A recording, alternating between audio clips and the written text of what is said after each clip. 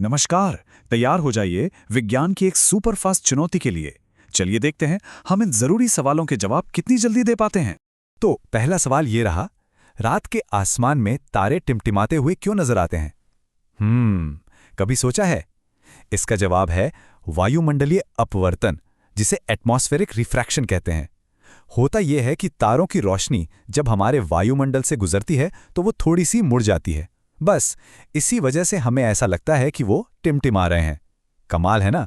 चलिए इसी स्पीड से आगे बढ़ते हैं। तो बस आज यही करना है, विज्ञान के कुछ सबसे जरूरी सवालों से अपने ज्ञान को परखना है। ये एक मजेदार और हाँ, काफी तेज सफर होने वाला है। तो ठीक है, शुरू करते हैं। हमारा पहला राउंड है जीवन का रहस्य। मतलब हम उन चीजों के बारे में बात करेंगे जिनसे सारी जिंदा चीजें बनी हैं। सवाल है, जीवन की सबसे छोटी इकाई यानी सेल या कोशिका, इसकी खोज आखिर की किसने थी? कोई आइडिया? ये थे रॉबर्ट हुक, जिन्होंने साल 1665 में ये कमाल की खोज की थी। अच्छा, तो हर सेल के अंदर जानते हैं एक पावर हाउस होता है। जी हां, इसे कहते हैं माइटोकॉन्ड्रिया।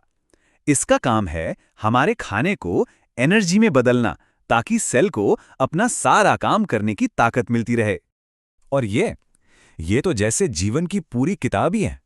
डीएनए की ये जो घुमावदार सीढ़ी जैसी बनावट है ना, जिसे डबल हेलिक्स कहते हैं, इसकी खोज वॉटसन और क्रिक ने की थी। और इसी से हमें जेनेटिक्स को समझने की चाबी मिली। चलिए अब सेल की छोटी सी दुनिया से बाहर निकलकर देखते हैं इस कमाल की मशीन को, यानी हमारे अपने मानव शरीर को। स्क्रीन पर एक नंबर दिख रहा है, 206। कोई अंदाजा है ये क्या है? ये है एक एडल्ट इंसान के शरीर में मौजूद हड्डियों की कुल संख्या। है ना दिलचस्प? तो फिर ये बताइए, हमारे शरीर की सबसे लंबी हड्डी कौन सी है और सबसे छोटी? सबसे लंबी है हमारी जांघ की हड्डी, जिसे फीमर कहते हैं। और सबसे छोटी? वो हमारे कान के अंदर होती है, स्टेप्स, जो चावल के एक दाने से भी छोटी है। सोचिए जरा। अब बात करते हैं ब्लड ग्रुप्स की। जो ओ नेगेटिव ब्लड ग्रुप है, उसे यूनिवर्सल डोनर कहते हैं। मतलब ये अपना खून किसी को भी दे सकता है। और दूसरी तरफ है AB प्लस पॉजिटिव, जो यूनिवर्सल रिसेप्टर है। मतलब ये किसी से भी खून ले सकता है। इमरजेंसी में ये जानकारी किसी की जान बचा सकती है। एक और सवाल, खून का रंग लाल ही क्यों होता है, पीला या नीला क्यों नहीं? इसकी वजह है एक खास प्रोटीन, जिसका नाम है हीमोग्लोबिन। यही वो हीरो है जो हमारे फेफड़ों से ऑक्सीजन उठाकर पूरे शरीर तक पहुंचाता है। चलिए अब लैब कोट उतारकर किचन में चलते हैं। जी हाँ, क्योंकि हमारी रसोई भी एक छोटी मोटी केमिस्ट्री लैब ही है। बेकिंग सोडा, वॉशिंग सोडा सुनने में तो भाई भाई लगते हैं, है ना? पर असल में ये दोनों बिल्कुल अलग हैं। बेकिंग सोडा यानी सोडियम बाइकार्बोनेट, वो है जो हम केक वगैरह में डालते हैं। और वॉशिंग सोडा यानी सोडियम कार्बोनेट, वो है जिससे हम सफाई करते हैं। तो इन्हें मिक्स मत कीजिएगा। और एसिड्स, हमारी रसोई तो एसिड से भरी पड़ी है। सिरके में होता है एसिटिक एसिड, नींबू और संतरे में सिट्रिक एसिड। और तो और जब चींटी काटती है ना, तो वो हमारी स्किन में फॉर्मिक एसिड छोड़ जाती है।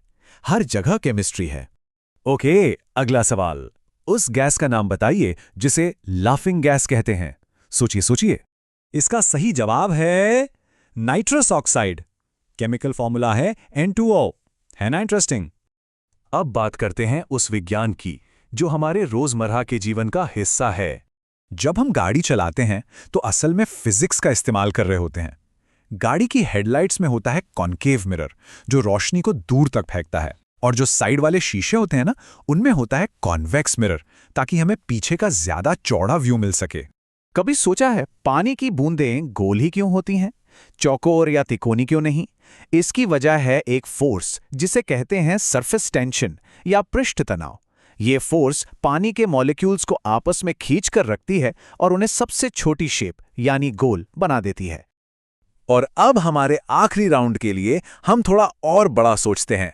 बात करते हैं उन ताकतों की जो हमारी पूरी दुनिया और ब्रह्मांड को चलाती हैं। ये स्पीड देखिए, 11.2 किलोमीटर्स प्रति सेकंड। सोच सकते हैं ये कितनी तेज है? ये कोई आम स्पीड नहीं है, ये है हमारी पृथ्वी की एस्केप वेलोसिटी। मतलब अगर किसी चीज को इतनी रफ्तार से फेंका जाए तो वो पृथ्वी की ग्रेविटी को पार करके हमेशा के लिए स्पेस में चली जाएगी। और अब इस चुनौती का सबसे बड़ा आखिरी सवाल, हमारे सूरज के पास इतनी ज्यादा एनर्जी आती कहां से है? वो कौन सी ताकत है जो पूरे सोलर सिस्टम को जिंदा रखे हुए है? इसका जवाब है न्यूक्लियर फ्यूजन, यानी नाभिकीय संलयन। सूरज के कोर में जबरदस्त गर्मी और प्रेशर की वजह से हाइड्रोजन के एटम आपस में जुड़कर हीलियम बनाते हैं, और इस प्रोसेस में इतनी एनर्जी निकलती है कि वो हम तक रोशनी और गर्मी बनकर पहुंचती है।